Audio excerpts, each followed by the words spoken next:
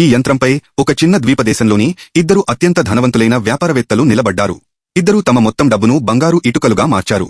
ఇది ఒక పోటీ. ఎవరి బంగారం బరువు ఎక్కువగా ఉంటే వాళ్లు గెలుస్తారు. గెలిచినవాడు ఓడినవాడి మొత్తం డబ్బును తీసుకుంటాడు. అప్పుడు ఓడినవాడి దగ్గర డబ్బు ఏమీ మిగలదు.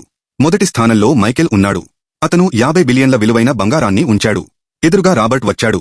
అతను 40 బిలియన్ల విలువైన బంగారు ఇటుకలను ఉంచాడు. మొదటి రౌండ్ స్నేహితుల సహాయం రౌండ్ ప్రారంభమైంది. రాబర్ట్ స్నేహితులు పెద్ద పెద్ద నిధి బాక్సులతో వచ్చారు. వాళ్లు కూడా తమ మొత్తం సంపదను బంగారంగా మార్చి రాబర్ట్ వైపు పెట్టారు. మైకేల్ వైపు సీన్ వేరేలాగా ఉంది. కేవలం ఇద్దరు మాత్రమే సపోర్ట్కి వచ్చారు. వాళ్లు ఇచ్చిన బంగారం కేవలం 2 చిన్న ఇటుకల స్థాయిలోనే ఉంది. ఇంతలో రాబర్ట్ టీం ఒక భారీ బంగారు ఇటుకను తీసుకొచ్చింది. అదే సమయంలో మైకేల్ బాల్య స్నేహితుడు కూడా వచ్చాడు. అతను 2 పాత విలువైన వస్తువులను తీసుకొచ్చాడు. అవి చూడటానికి చాలా ఖరీదైనవిగా కనిపించాయి.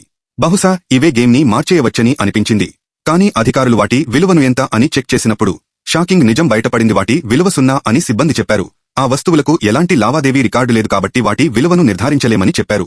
రాబర్ట్ పక్కనే నవ్వుతూ ఏంటిది దొంగసామాను లాగా ఉందే అన్నాడు. కానీ మైకేల్ శాంతంగా ఉన్నాడు. అతను తన బిజినెస్ పార్ట్నర్ కోసం ఎదురుచూస్తున్నాడు. ఆ పార్ట్నర్ స్వయంగా ఒక బిలియనీర్. చివరకు ఆ పార్ట్నర్ వచ్చాడు. బంగారంతో నిండిన 3 పెద్ద ట్రాలీలను తీసుకొచ్చాడు. మైకేల్ సంతోషంతో లేచి నిలబడ్డాడు. కానీ తర్వాత క్షణంలో జరిగినది అందరినీ షాక్కి గురిచేసింది. ఆ పార్ట్నర్ నేరుగా రాబర్ట్ వైపు వెళ్లాడు. హాల్ మొత్తం నిశ్శబ్దంలో మునిగిపోయింది. ఎవరూ నమ్మలేకపోయారు. మైకేల్ అత్యంత నమ్మకమైన సహచరుడు చివరి క్షణంలో మోసం చేశాడు. రాబర్ట్ చిరునవ్వుతో నీ రహస్యాన్ని నేను ముందే పసిగట్టాను. కొంచెం ఒత్తిడి చాలా పనిచేస్తుంది అన్నాడు. ఆ పార్ట్నర్ నిశ్శబ్దంగా బయటకు వెళ్లిపోయాడు. మైకేల్ కుర్చీలో కూలబడ్డాడు. పూర్తిగా విరిగిపోయాడు.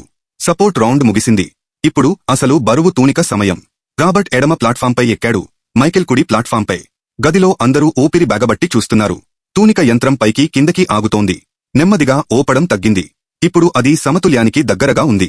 మైకేల్ విజయం సాధించినట్లు కనిపించిన మ్యాచ్ ఇప్పుడు సమానంగా మారింది. ఫలితం ఒక జట్టు వెడల్పు తేడాతో ఉంది.